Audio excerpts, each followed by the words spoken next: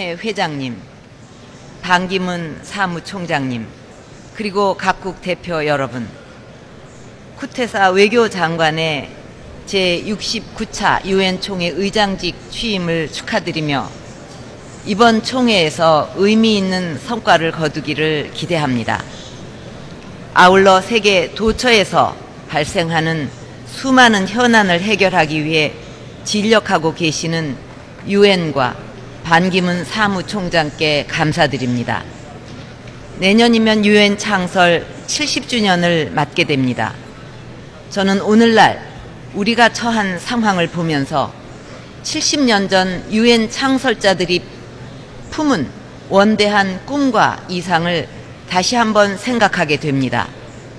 유엔 창설 당시 유엔 헌장 첫 머리에 새겨진 우리 인류라는 표현에서 보듯이 그들은 사람이 중심이 되는 새로운 세계를 만들고자 했습니다.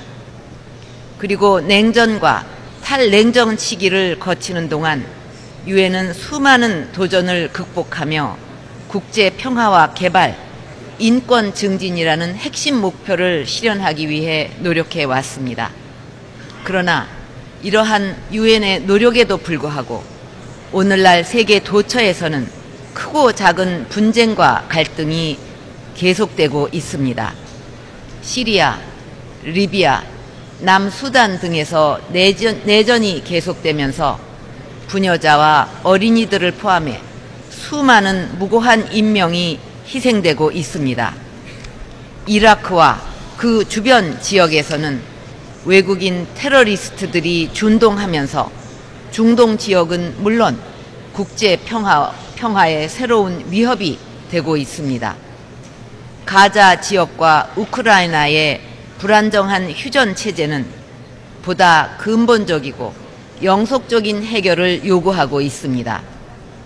또한 최근 아프리카에서 창궐하고 있는 에볼라 바이러스와 빈곤, 자연재해 등의 다중적 위기들은 인류의 삶이 도처에서 위협받는 현실을 보여주고 있습니다. 이처럼 인류의 평화와 발전을 해치는 도전에 맞서기 위해서는 유엔 창설의 기본 정신인 인간 우선과 국제 협력의 정신으로 돌아가야 합니다. 유엔을 중심으로 보다 신속하고 효율적인 대응 체제를 갖춰서 평화와 정의, 인류의 공동 발전을 바라는 국제사회의 열망에 부응해 나가야 할 것입니다. 대표단 여러분, 대한민국은 1948년 유엔의 축복 속에 출범했고 1950년 발발한 한국 전쟁에서도 유엔의 도움으로 자유민주주의를 지킬 수 있었습니다. 그렇게 유엔의 지원으로 존립을 이어갔던 나라가 이제 선진화된 시장 경제와 민주주의를 동시에 달성한 국가가 되었습니다. 그 과정에서 유엔이 추구하는 가치인 평화와 발전 그리고 인권은 바로 대한민국의 비전이 되었습니다. 대한민국은 지난 역사를 통해 세계 도처에서 발생하고 있는 내전과 침략, 빈곤, 인도적 재앙들이 얼마나 고통스러운 것인지 잘 알고 있습니다. 이것이 오늘날 대한민국이 유엔의 3대 이사회 이사국으로서 국제 평화와 인권 증진, 지속 가능 개발의 임무를 적극적으로 수행하고 있는 이유이기도 합니다. 오늘날 중동과 유라시아 그리고 동북아에서 전개되고 있는 상황은 유엔의 창설자들이 구상했던 평화롭고 정의로운 세계의 꿈과는 거리가 멉니다. 현재의 불안정과 혼란 상황을 극복하는 첫 걸음은 주권과 영토 보전의 존중, 유엔 헌장에 위반하는 무력 행사와 위협의 자제, 인권과 인도적 가치에 대한 존중이라는 국제사회의 기본 질서와 규범을 지키는 데서 시작되어야 합니다. 국제 평화와 안전을 근본적으로 위협하는 핵무기 등 대량 살상 무기의 개발과 확산을 방지하여야 합니다. 이러한 차원에서 유엔과 화학무기 금지 기구의 공동 노력으로 시리아의 화학무기가 폐기되고 이란 핵 문제 해결에 진전이 있는 것을 환영합니다. 마찬가지로 저는 한반도와 동북아 평화에 가장 큰 위협인 북한 핵무기가 시급히 해결되어야 한다는 점을 강조하고자 합니다. 북한은 21세기 들어 핵실험을 감행한 유일한 국가입니다. 북한의 핵 프로그램은 국제 평화에 심각한 위협일 뿐만 아니라 핵 비확산 체제의 근간인 NPT 체제를 전면 부정하는 것입니다. 북한은 핵을 포기하는 결단을 내려야 합니다. 스스로 핵을 포기하고 개혁과 개방을 선택한 여러 나라들처럼 경제 발전과 주민의 삶을 개선하는 변화의 길로 나와야 합니다. 그럴 경우 우리는 국제사회와 함께 북한의 경제 발전을 적극적으로 지원할 것입니다. 한반도 내의 엄중한 도전과 함께 현재 동북아시아도 어려운 전환기적 과정을 거치고 있습니다. 역사와 영토, 해양 안보를 둘러싸고 영내 긴장이 고조되고 있지만 다른 지역과 달리 동북아에는 다자 협의를 통해 이런 문제를 풀어갈 장치가 존재하지 않습니다. 이런 문제의식하에 저는 영내 국가 간 신뢰와 협력의 질서를 구축하기 위해 동북아 평화협력 구상을 추진하고 있습니다. 기후변화 대응과 재난구호, 원자력 안전 등 초국가 범죄 대처와 같은 실용적인 분야에서부터 영내 국가들이 협력의 습관을 축적해 나간다면 유럽에서와 같이 다자간 협력 프로세스로 강화되어 갈 수 있을 것이라고 생각합니다. 이런 맥락에서 영내 국가 간 공동 관심사인 원자력 안전 문제를 논의하기 위해 동북아 원자력 안전 협의체 구성도 제안하였습니다. 또한 동북아를 넘어 유라시아로 교통망, 에너지망을 연계해서 경제적 상호 의존을 통해 정치, 안보적 신뢰를 구축하는 노력도 병행하고 있습니다. 대표단 여러분, 올해는 20세기 후반 국제사회 최대의 인도적 참사로 불리는 르완다 대학살이 발생한 지 20주년이 되는 해입니다. 1990년대 국제사회는 고 유고와 르완다에서의 대학살을 겪으면서 결코 다시는 을 외쳤지만 오늘날 시리아와 이라크에서 새로운 형태의 인도적 참사를 목격하고 있습니다. 대한민국은 이러한 인도적 참사 예방을 위한 유엔의 노력에 적극 동참하고 있습니다. 특히 반기문 사무총장께서 주도하고 있는 Rights Up Front Initiative, 오픈 게이트 폴리시와 같은 유엔 인권보호 정책을 적극 지지합니다. 이 순간에도 남수단과 레바논 등에서 활동 중인 대한민국 유엔 평화유지군은 평화 구축과 재건, 민간인 보호와 인권 보장을 위해 노력하고 있습니다. 또한 대한민국은 분쟁 지역에서 고난을 겪고 있는 아동과 여성들의 인도주의적 피해를 방지하는 데도 큰 관심을 기울이고 있습니다.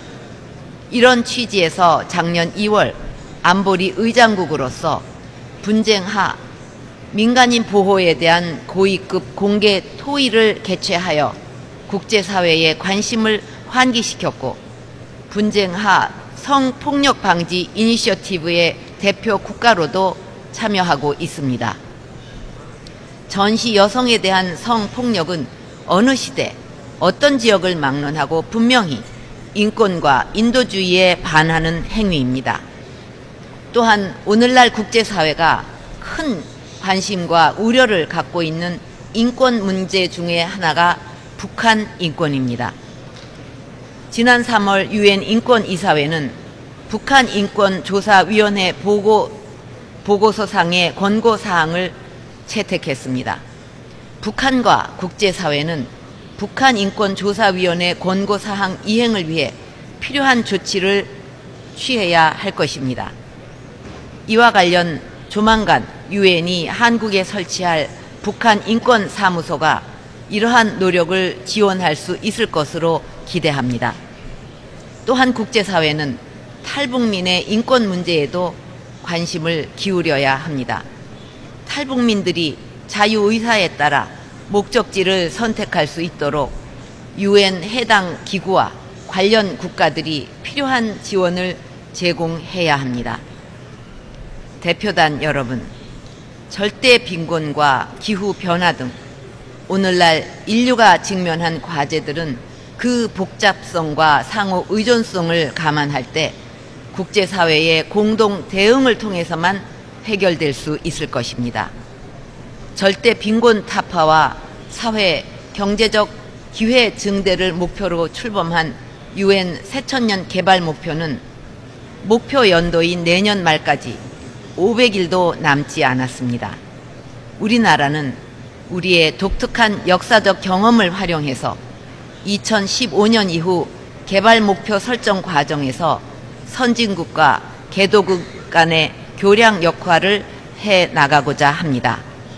이런 맥락에서 지난 4월 멕시코에서 열린 부산 글로벌 파트너십 장관급 회의에서는 부산 글로벌 파트너십을 국제개발 협의체제로 발전시키기로 했습니다. 우리나라는 대외 원조의 질적인 발전을 도모해 나갈 것입니다.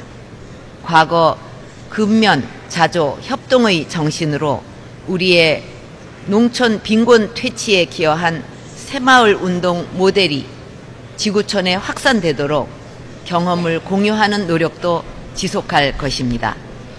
또한 경제발전 과정에서 교육에 크게 힘입은 우리나라는 반기문 사무총장의 글로벌 교육 우선 구상을 적극 지지하면서 이 구상의 지원국으로 활동하고 있습니다. 우리나라는 2015년 이후 개발 목표의 핵심 과제인 교육 분야에서 우리의 경험을 공유하고 유엔의 구상을 실질적으로 지원할 것입니다. 이를 위해 2015년 5월에 세계 교육 포럼을 주최하여 향후 15년간 새로운 교육 목표에 합의할 수 있도록 노력할 것입니다. 기후변화 문제는 전쟁과 평화의 문제 못지않게 인간의 삶을 위협하는 최대의 도전으로 부상하였습니다. 어제 기후정상회의에서 각국 정상들은 2020년 이후 신기후체제에 대한 합의 도출을 위해 공동의 의지를 모았습니다. 앞으로 2015년 파리 기후변화 총회까지는 반드시 신기후체제에 대한 합의를 도출해야만 합니다.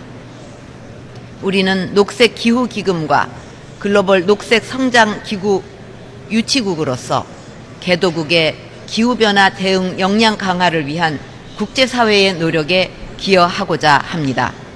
무엇보다 녹색기후기금의 조속한 정착과 글로벌 녹색성장기구의 개도국 지원 확대에 협력할 예정입니다. 또한 한국은 기후변화 대응을 부담이 아닌 새로운 기회로 인식하고 기술 혁신을 통해 새로운 가치와 시장, 일자리를 창출하고자 에너지 신산업을 육성하고 있습니다. 이러한 노력의 과실을 개도국들과 함께 나눌 것입니다. 의장님, 그리고 대표단 여러분, 69년 전 한민족은 광복을 맞이하였지만 남북한으로 갈라져 하나의 주권 국가로 유엔의 회원국이 될 수 없었습니다. 1991년 남한과 북한이 유엔에 동시 가입하였습니다. 하지만 같은 언어, 문화, 그리고 역사를 공유하고 있는 남과 북이 유엔에서 두 개의 자리를 차지하고 있는 것은 분명 비정상적인 일입니다. 올해는 베를린 장벽이 무너진 지 25년이 되는 해입니다. 하지만 아직도 한반도는 분단의 장벽에 가로막혀 있습니다. 수많은 이산 가족들이 사랑하는 가족을 만나지 못한 채 그리움과 고통의 시간을 보내고 있습니다. 그리고 매년 많은 분들이 영원히 가족을 만날 수 없는 곳으로 떠나고 있습니다. 세계에서 유일하게 남아있는 이런 분단의 장벽을 무너뜨리는데 세계가 함께 나서 주시기 바랍니다. 저는 얼마 전 북한에게 남북한 사이에 환경과 민생 그리고 문화의 통로를 만들자고 제안하였습니다. 남북한 주민들이 하나의 생태계 속에서 자연과 어우러지고 헤어진 가족들이 서로 만나며 고통을 덜어가고 문화를 함께 공유할 때 분단의 아픔을 치유하고 함께 발전할 수 있는 생활 공동체를 형성할 수 있다고 믿기 때문입니다. 지금 한반도는 폭 4km, 길이 250km의 DMZ에 의해 단절되어 있습니다. 전쟁의 재발을 막기 위해 군사 분계선을 따라 만들어진 DMZ는 지난 60여 년간 사람의 왕래도 막았습니다. 하지만 그 사이 자연은 이곳의 생태계의 보고를 만들어 주었습니다. DMZ의 생태계는 남과 북이 하나이고 남과 북이 협력해야 한다는 것을 웅변적으로 보여주고 있습니다. 저는 단절의 상징인 DMZ에 세계 생태평화공원을 건설해서 남북으로 갈라져 있는 한반도의 자연과 사람을 하나로 연결하는 출발점으로 삼고자 합니다. DMZ의 작은 공간부터 철조망을 걷어내고 남북한 주민들이 자연과 어우러져 소통할 수 있다면 DMZ 세계 생태평화공원은 생명과 평화의 통로로 자리매김할 수 있을 것입니다. 이 과정에 유엔이 앞장서 주길 부탁드립니다.